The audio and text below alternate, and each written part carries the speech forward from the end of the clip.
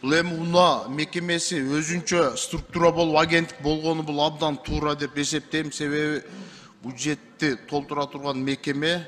Андан тышкары улан Кадыр Султанович, сиз жаңы шайланып келдиңиз, жаңы ордуңуз кут болсун. Мен ойлойм, сиз чоң реформаларды жасап, алгылыктуу иштейсиз депчи. Анан о мекемелерди көбөйтүш керек болуп атат да, очерет болуп атат абдан көп.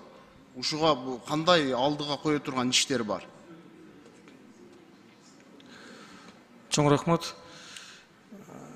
Кечирсиздер.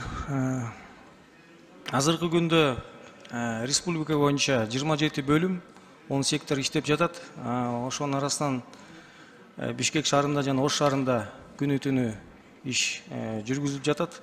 Жана ошондой эле сиз айткандай кезек башкаруу боюнча азыр жана процессти жана автоматташтыруу боюнча IT системасын киргизүүдөбүз.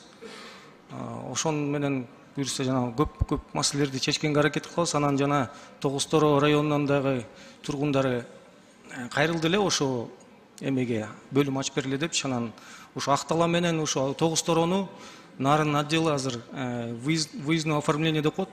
Ошону азыр ишке алып барып атабыз да. Азыр Акталаны ошо нарындан чыгып барып атышат. Акталадан эмеге кечиресиздер. Жумгалдан Тогуз-Торого барышат, Кудай буйрса. Анан Баткен областында канча мекеме бар? 3 мекеме бар. 3 мекеме. Дагы бир мекеме ачса жакшы болот эле. Кадамжай районунда. Кадамжайга ачылган тат. Ошо Кадамжай районун ачып бериңиздер, себеби Кадамжай районунун калкы 240 миңден ашып кетти. Андан тышкары Базар Коргондо да жок да, Базар Коргондо чоң райондордун бирине кирет.